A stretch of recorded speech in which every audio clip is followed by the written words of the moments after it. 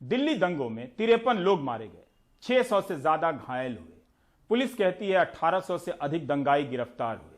इसमें से 3 तो अभी जमानत पर इसलिए छोड़े गए कि उनके खिलाफ कोई सबूत नहीं था। आपने परिमल की रिपोर्ट में देखा ही।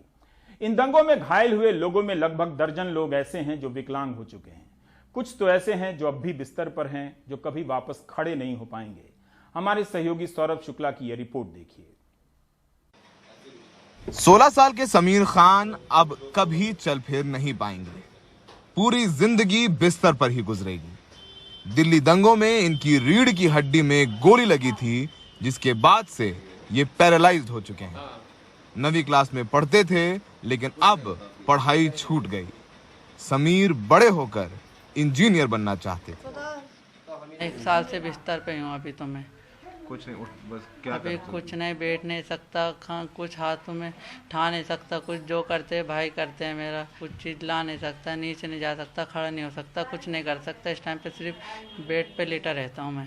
पढ़ाई भी अब आ रही थी मेरी, मगर सर ने मना कर दिया कि अभी पढ़ाई करके कुछ वो नहीं, क्योंकि तुम बोर्ड के पेपर नहीं दे सकते ना 10th क्लास के। तो सर ने मेरा नाम काट दिया है, तो उस वजह से अब पढ़ाई भी नहीं कर रहा हूँ मैं। तो जो डॉक्टर साधु आते हैं ना, उन्होंने कह रखा है कि तुम राइटिंग करो सिर्फ। अब तुम जब ठीक हो जाओगे मैं तुम्हारा वहीं से 10th क्लास से दोबारा एडमिशन करा दूंगा।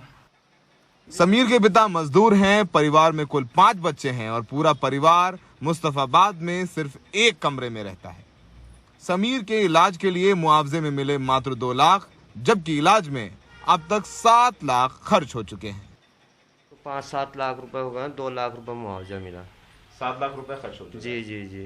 कैसे करा पैसा? बस जी, कैसे क्या करा, जो हमारे पास था, जो जुड़े हुए थे मदद वाले, कुछ वैसे जो सब नहीं करा।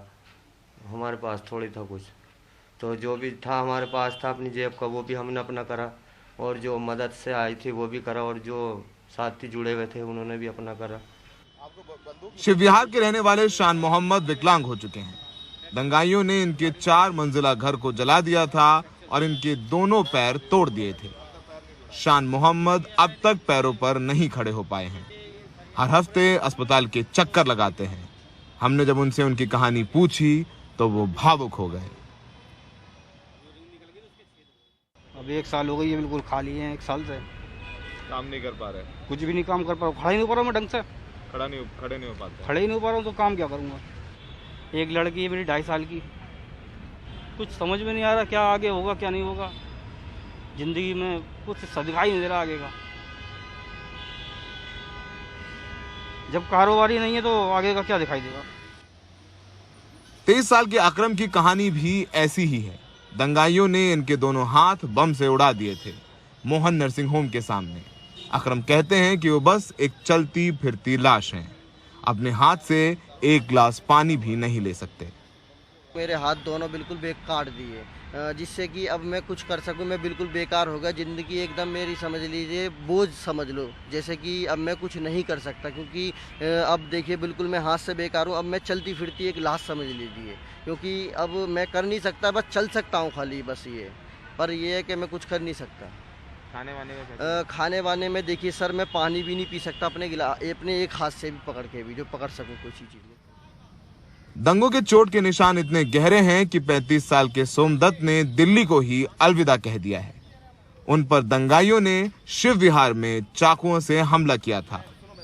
अब भी वो अलवर के सरकारी अस्पताल में अपना इलाज करा रहे हैं और पूरी तरीके से बिस्तर पर हैं। 2 लाख के मुआवजे में इलाज कराना और पूरी जिंदगी बिता देना नामुमकिन है। ऊपर से इनमें से ज्यादातर गरीब मजदूर हैं। अमन बिरादरी नाम का एनजीओ इन लोगों के इलाज में मदद कर रहा है। तकरीबन 25 साथियों का अभी हॉस्पिटल में इलाज चल रहा है, और ज़्यादातर प्राइवेट हॉस्पिटल में उनका इस तरह कर रहे हैं। बाकी राशन को लेकर हम कर रहे हैं, रूम रेंट को लेकर कर रहे हैं, लीगल टीम है हमारी। कुछ साथियों को कंपनसेशन 2 लाख मिला, पर 5 लाख 6 लाख उनके जो खर्च हो चुके हैं, अभी भी वो बेड रेस्ट पे हैं। तो इन तरीक़ों से हम सभी साथियों की जो है मदद कर रहे हैं। उत्तर पूर्वी दिल्ली में अब सब कुछ ठीक नजर आता है, लेकिन इन अंधेरी सीढ़ियों से उतरते हुए एक सिहराने वाली हकीकत से आपका सामना होता है। दिल्ली के दंगों को 1 साल हो गया है, लेकिन समीर जैसे दर्जन लोग हैं जो हर रोज दंगों को जीते हैं, जो बिस्तर पर हैं, जो चल नहीं सकते, जिनके हाथ खराब हो गए हैं, जो विकलांग हो गए हैं। लाखों लोग जिन्होंने दंगों की तस्वीरें देखी हैं, वो शायद तस्वीरें बोझिल हो गई हों, लेकिन वो तस्वीरें इनकी आंखों में रोज ताज़ी हैं। सहयोगी राकेश सिंह के साथ दिल्ली से सौरभ शुक्ला, NDTV इंडिया।